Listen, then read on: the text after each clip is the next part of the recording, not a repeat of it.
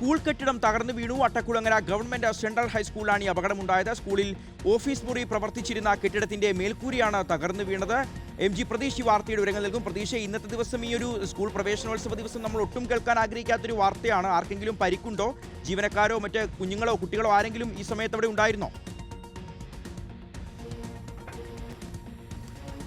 ഷിഹാസ, നമുക്ക് ദൃശ്യങ്ങളിൽ കാണാം അപകടത്തിന്റെ തീവ്രത എത്രത്തോളമാണ് എന്ന്. പക്ഷേ വലിയ ദുരന്തമാണ് ഒഴിവായത്. കാരണം ഈ തിരുവനന്തപുരം അട്ടക്കുളങ്ങര സെൻട്രൽ ഹൈസ്കൂളിലെ സ്കൂൾ കെട്ടിടത്തിനോട് ചേർന്നുള്ള ഓഫീസ് മുറിയിലാണ് ഇത്തരത്തിൽ അപകടമുണ്ടായിരിക്കുന്നത്. ഈ ഓഫീസ് പ്രവർത്തനം കഴിഞ്ഞ് ജീവനക്കാർ ഇവിടെ നിന്ന് മടങ്ങി കുറച്ച് സമയത്തിന് ശേഷമാണ് ഈ മേൽക്കൂര അപ്പാടെ താഴേക്ക് നിലംപൊത്തിയത്. വലിയ അപകടം ഒഴിവായി. കാരണം നിരവധി ഓഫീസ് ജീവനക്കാർ പ്രവർത്തിക്കുന്ന ഒരിടം കൂടിയാണ്. നമുക്ക് ആ ദൃശ്യങ്ങളിൽ കാണാം. ഓഫീസ് ടേബിളുകൾ ഉൾപ്പെടെ ഇവിടെയുണ്ട്. ഇതിന് മുകളിലേക്കാണ് ഈ മേൽക്കൂര അപ്പാടെ നിലം പൊതിച്ചത്. രണ്ട് ഭാഗങ്ങളിലായി, രണ്ട് ക്ലാസ്സുകളുടെ വലുപ്പമുള്ള രണ്ട് ഭാഗങ്ങളിലായാണ് ഓഫീസ് മുറികൾ സജ്ജമാക്കിയിരുന്നത്. അവിടെയാണ് ഈ മേൽക്കൂര താഴേക്ക് വീണിട്ടുള്ളത്. ഈ ഓട ആണ് ഉള്ളത്. ഈ ഓടിട്ട കെട്ടിടമാണ്.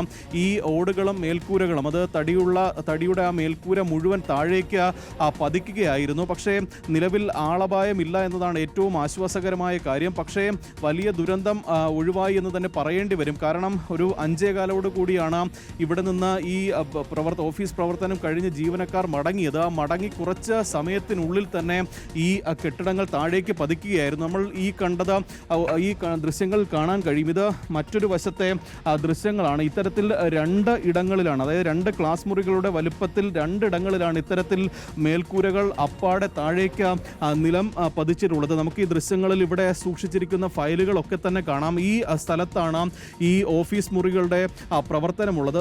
ഇതിനോട് ചേർന്ന് തൊട്ടപ്പുറത്തെ ക്ലാസ് മുറികളാണ്. പക്ഷേ ക്ലാസ് മുറികളൊന്നും തന്നെ ഇതിനോട് ചേർന്നില്ല. പക്ഷേ ജീവനക്കാർ മുഴുവൻ സമയവും ചെലവിടുന്ന ഒരു സ്ഥലം കൂടിയാണ്. ആ സ്ഥലത്താണ് ഇപ്പോൾ വലിയ അപകടം ഉണ്ടായിരിക്കുന്നത്.